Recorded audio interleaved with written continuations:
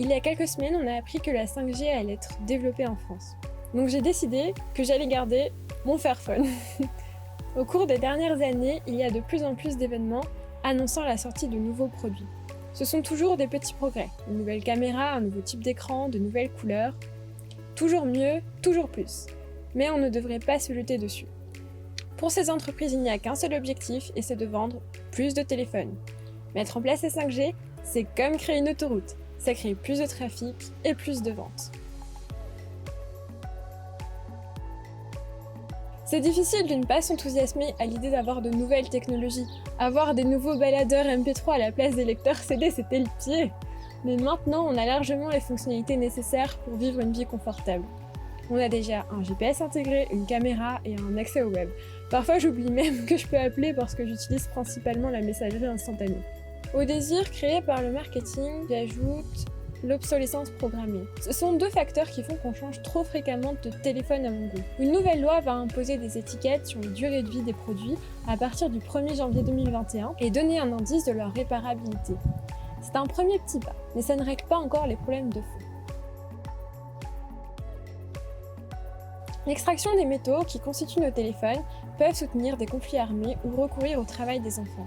En tant qu'Européenne, c'est extrêmement difficile de me rendre compte parce que les mines sont loin de mon pays et en plus, je ne sais pas ce que c'est que vivre en temps de conflit. Ce qui est sûr, c'est que ce n'est pas la vision que j'ai d'une société durable. Pour les milieux, le sol va être détruit, contaminé par l'extraction et la purification, et de grandes quantités d'eau sont polluées. Pour les travailleurs, il y a des problèmes d'hygiène, de sécurité et d'exposition aux composants toxiques, et ce, jusqu'à la fabrication. Le Fairphone ne résout pas tout, mais si tu es intéressé par la démarche, je te mets des liens en description. Concernant le transport et la distribution, je n'ai pas de données chiffrées sur les émissions de gaz à effet de serre. J'imagine que le bilan est important car il y a notamment une 50aine de métaux qui doivent rejoindre l'Inde ou le Vietnam pour la fabrication. Ensuite, ces produits sont distribués dans le monde entier, donc je devine que le bilan ne doit pas être bon. Si tu as des informations à ce sujet, je serais ravie que tu les mettes en commentaire.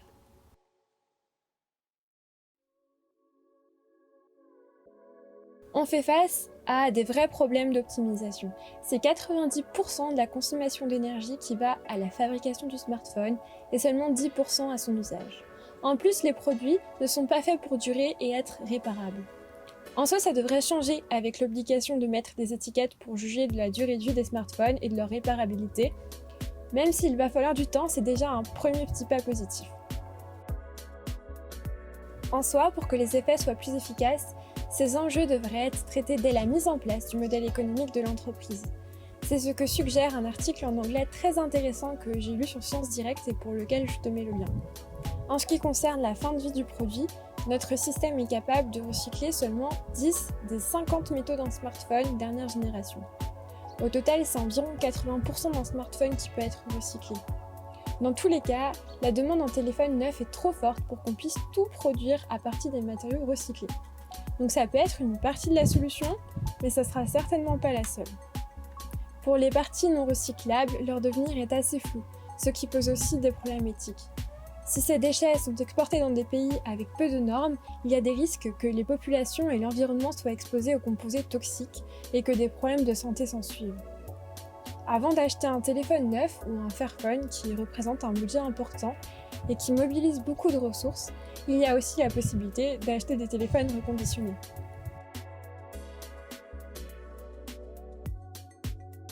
Pour ma part, je garde mon petit téléphone pour le jour où mon Fairphone sera mort.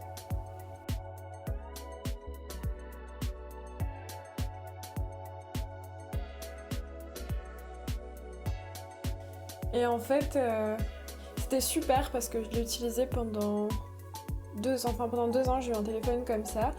Et ça m'a vraiment permis de prendre du recul et de me rendre compte que en fait, c'est hyper facile d'être addict à son téléphone. Et quand j'ai commencé à utiliser ce téléphone-là, je me suis vraiment rendu compte de l'addiction que je pouvais avoir pour les réseaux.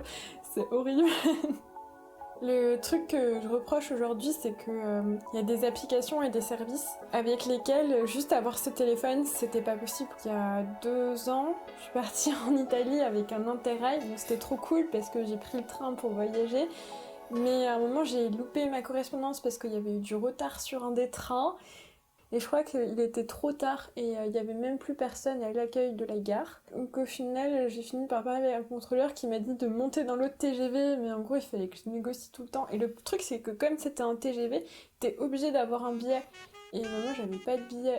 Donc j'ai réussi à négocier avec le contrôleur, mais quelle galère. Et en fait, c'est après que j'ai compris que le service, il est fait pour avoir un smartphone.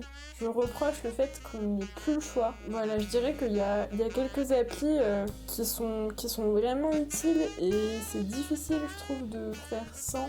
J'ai l'impression qu'on est un peu limité aujourd'hui si on n'a pas envie d'avoir de smartphone. Je crois que c'est aussi notre responsabilité en tant que société de faire en sorte qu'on puisse tous être libres de vouloir cette technologie ou de ne pas la vouloir. Bref, j'aimerais retourner à mon petit téléphone, voire même ne pas en avoir. Mais il manque des alternatives. En réalisant cette vidéo, je me suis rendu compte que je me donnais beaucoup d'excuses pour avoir un smartphone, alors que je pense pouvoir faire sans en fait. Je me laisse le temps de digérer les informations et j'essaye de faire au mieux. En tout cas, chercher toutes ces données pour construire cette vidéo, ça m'a vraiment fait réfléchir et c'est peut-être le premier pas de quelque chose d'autre. Pour les téléphones qui ne sont plus utilisés, il y a une filière appelée écosystème qui gère leur récupération. Selon l'ADEME, il y aurait entre 55 et 113 millions de téléphones qui dorment dans des tiroirs. La première option, c'est de déposer tes anciens téléphones là où tu les as achetés ou chez un autre vendeur. Et la deuxième, c'est de directement demander un affranchissement postal à l'écosystème. Cela permet d'envoyer gratuitement tes anciens téléphones. En description, je te mets le lien vers une vidéo de Solutions et Débrouille qui a fait cette démarche. Pour les faire fun, il est possible de les renvoyer directement à l'entreprise. C'est la fin de cette vidéo. Merci d'avoir pris un temps pour regarder ce contenu. Si tu penses que ça peut intéresser d'autres personnes, tu peux le partager à tes amis, familles ou collègues. Tu peux aussi t'abonner pour ne pas manquer les prochaines vidéos et je te retrouve bientôt.